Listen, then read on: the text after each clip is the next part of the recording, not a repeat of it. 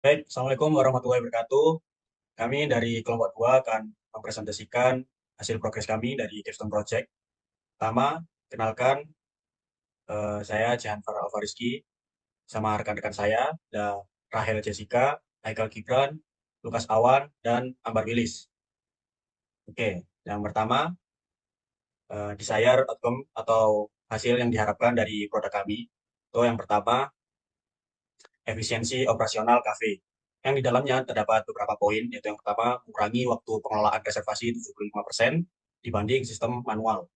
Yang kedua, menghilangkan kesalahan reservasi 15 hingga 20%. Yang ketiga, otomatisasi konfirmasi dan pengingat reservasi. Yang keempat, ada penurunan keterlambatan pelanggan sebesar 40%. Yang kelima, peningkatan okupansi dari 65% ke 85% saat jam sibuk. Yang keenam, pengurangan waktu idle tempat duduk dari 25 menit ke 10 menit. Dan yang terakhir ada sistem waiting list otomatis saat penuh. Selanjutnya, yang kedua, pengalaman pelanggan yang superior. Dalamnya terdapat beberapa poin, itu yang pertama, reservasi kurang dari 2 menit tanpa perlu bantuan CS, jadi 90% pengguna. Yang kedua, reservasi cukup dalam 3 langkah. Yang ketiga, personalisasi pilihan tempat duduk dan rekomendasi kafe. Yang keempat, waktu tunggu maksimal 5 menit untuk pelanggan reservasi. Dan yang terakhir, antrian kafe turun 50% dalam 2 tahun. Kemudian saya akan menjelaskan mengenai pertumbuhan bisnis dan adopsi. Yang pertama ada 50 kafe mitra dalam 1 tahun di 5 kota besar. Kemudian ada 100.000 pengguna aktif dalam 1 tahun. Yang ketiga ada retensi pengguna 40% dalam 3 bulan. Yang keempat ada pendapatan aplikasi naik 40% di tahun pertama. Dan yang terakhir ada break even point dalam 18 bulan. Selanjutnya, komitmen dan kepatuhan pelanggan. Yang pertama, no show maksimal 5% dari total reservasi. Yang kedua, ada 70% pelanggan hadir dalam tepat waktu. Dan yang terakhir, ada implementasi DP sistematis dengan tingkat penerimaan lebih dari 80%. Kemudian saya akan menjelaskan dan menyebutkan mengenai kebutuhan fungsional. Yang pertama ada manajemen akun dan profil. Yang kedua ada notifikasi dan komunikasi. Yang ketiga ada sistem reservasi komprehensif. Yang keempat ada dashboard dan analitik. Yang kelima ada visualisasi tempat duduk secara real time. Dan yang terakhir ada sistem pembayaran DP dan transaksi. Baik, selanjutnya adalah kebutuhan non-fungsional. Yang pertama adalah performa, yang mana contohnya adalah loading cepat, yang mana kurang dari 1,5 detik, dan delay real time-nya kurang dari 5 detik. Lalu yang kedua ada keamanan, berupa enkripsi, PCI DSS compliance, dan juga firewall. Dan untuk yang ketiga, ketersediaan berupa ketersediaan layanan 99,5% didukung backup otomatis. Dan untuk yang terakhir adalah usability, berupa mobile first, dan juga WCIG 2.1 AA compliance. Next. Selanjutnya adalah fitur unggulan dari aplikasi kami. Bluespot hadir dengan berbagai fitur inovatif untuk meningkatkan pengalaman reservasi dan layanan pelanggan. Beberapa fitur unggulannya antara lain yang pertama ada visualisasi tempat duduk secara real time, yang mana memungkinkan pelanggan untuk memilih posisi duduk berdasarkan ketersediaan aktual untuk meningkatkan kenyamanan, transparansi, dan juga kepuasan reservasi. Yang kedua ada sistem DP fleksibel dan loyalty, yang mana memungkinkan pelanggan untuk membayar uang muka sesuai dengan kebutuhan serta mengumpulkan poin reward untuk meningkatkan loyalitas dan juga pengalaman pengguna. Dan yang terakhir adalah integrasi menu digital dan pre-order, yang mana memungkinkan pelanggan untuk memilih dan memesan makanan saat reservasi untuk mempercepat layanan dan meningkatkan pengalaman pengguna. Lagi next. Selanjutnya adalah analisis potensi revenue berupa sumber utama revenue. Yang pertama ada komisi dari reservasi.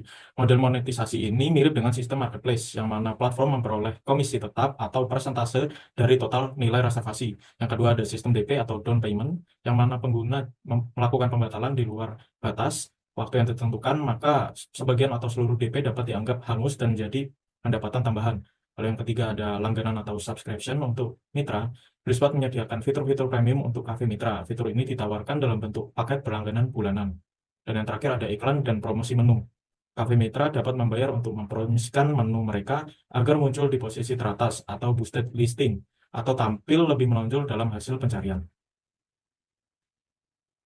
Nah, selanjutnya di sini kita akan membuat proyeksi pendapatan pada tahun pertama. Nah, di sini kita menegaskan bahwa ini masih estimasi. Jadi di sini ada sumber revenue yang kita dapatkan, ada estimasi bulanan dan juga estimasi tahunan. Sekali lagi ini hanya dalam bentuk gambaran kasar saja. Nah, yang pertama ada sumber revenue dari komisi reservasi. Nah, estimasi bulanannya itu sekitar 1,5 M dan estimasi tahunannya itu sekitar 18 M. Nah, ini revenue yang kita dapatkan itu dari seluruh kafe yang kita kerjasamai. Jadi bukan hanya dari satu kafe saja. Nah, terus ada biaya admin atau di sini yang kita dapatkan biaya DP. Nah, itu estimasi bulanannya sekitar 100 juta dan tahunannya itu sekitar 1,2 M. Lalu ada langganan Cafe Mitra, estimasi bulanannya yaitu 25 juta dan estimasi tahunannya yaitu 300 juta. Dan juga ada iklan serta promosi menu yaitu sebesar 10 juta di tiap bulannya dan di tiap tahunnya berarti 120 juta.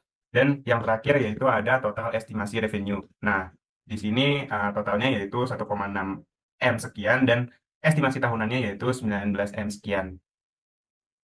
Kita lanjut ke monetisasi tambahan di masa depan. Nah, di sini ada 4 untuk monetisasinya, yaitu ada pre-order dan prepayment untuk F&B.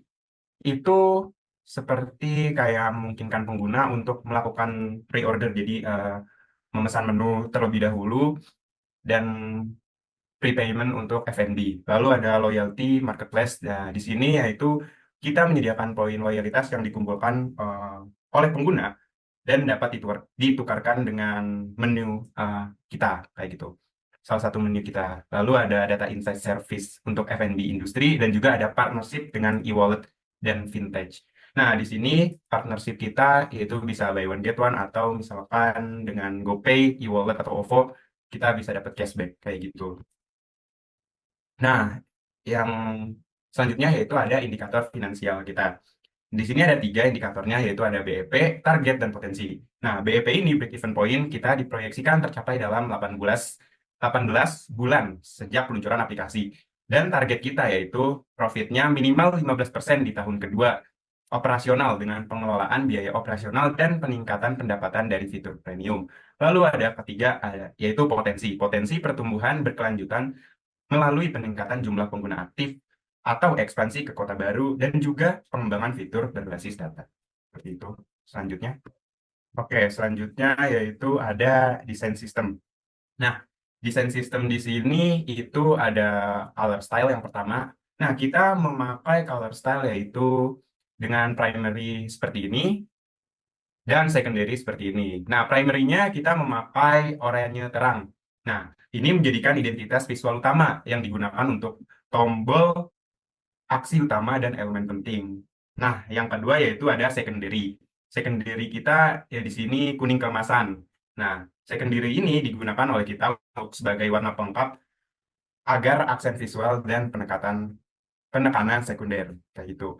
Lalu ada juga tipografi. Tipografi di sini kita kita menggunakan 3 varian font. Jadi ada regular, ada semi bold dan bold.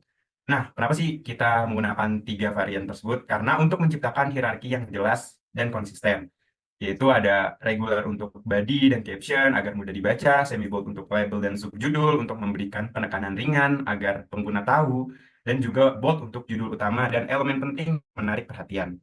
Nah, ukuran teksnya juga kita bermacam-macam, ada dari 10 pixel hingga yang large itu 32 pixel, termasuk struktur H1 sampai H4 serta titel yang mendukung untuk keterbacaan dan harmonisasi visual dalam desain UI. Selanjutnya akan dijelaskan oleh teman saya.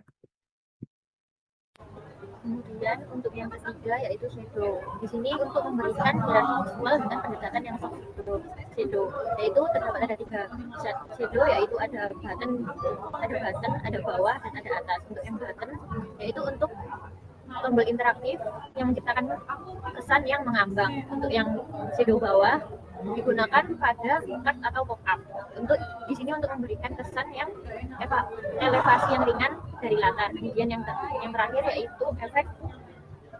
Kemudian yang terakhir yaitu shadow atas, yaitu untuk elemen aktif seperti tombol ditekan akan efek tertimpa dari atas.